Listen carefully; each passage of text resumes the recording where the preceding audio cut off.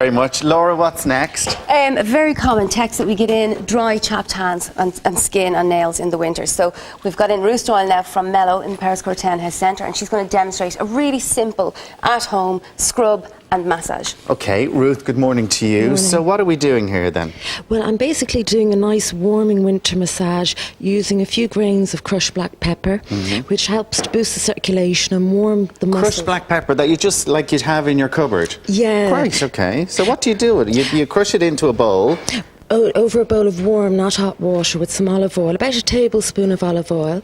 And olive oil is a great humectant, which basically means it attracts and traps moisture. So the two together will help to moisturise the hands and also keep them nice and warm.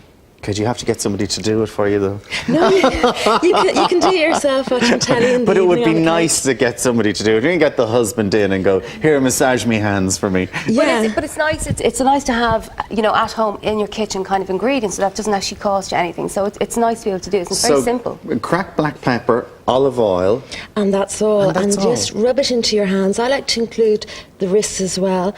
And if you have particularly dry hands, you can put on nice gloves and keep them on for about 10 minutes. I was going to say the smell, but like when you're thinking of cracked pepper and olive oil, you'd be thinking maybe it wouldn't have the nicest smell, but there's no real, it's actually got a lovely warm aroma to it, and it does what it smells like. It actually warms the hands. And do you get lots of women writing into you, Laura, and texting into you about like coming into this time of year, cracked hands? And we got a text this morning actually from a woman she's in her 30s, and she says her hands have aged about 10 years in the last couple of weeks. Why?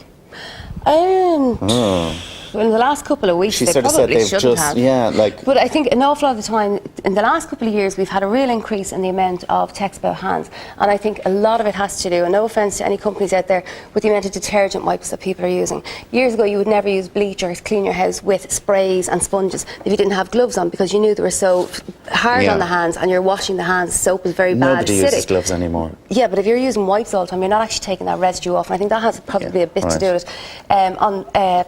On the other part of Ruth's thing is a little hand massage. She's going to show us a little technique for people with very stressed hands. A lot of people who use laptops, a lot of people who use, you know, constantly doing something repetitive in work. fatigue in your fingers. Yeah. So Ruth just explains what she's doing just here. a point between the thumb and the finger here, and we do an outward pull. About 3 or 4 times. It's quite strong, and it doesn't feel so pleasant, but it really helps to release the joint there. Just between the thumb and the finger there. And it's an outward pull like that. Just a sharp little pull between these two fingers. And how often would you do that? I do it 3 or 4 times every evening, where you feel that you've been on the computer all day, you've been texting a lot of people. You just want to really revive the hand after a long day.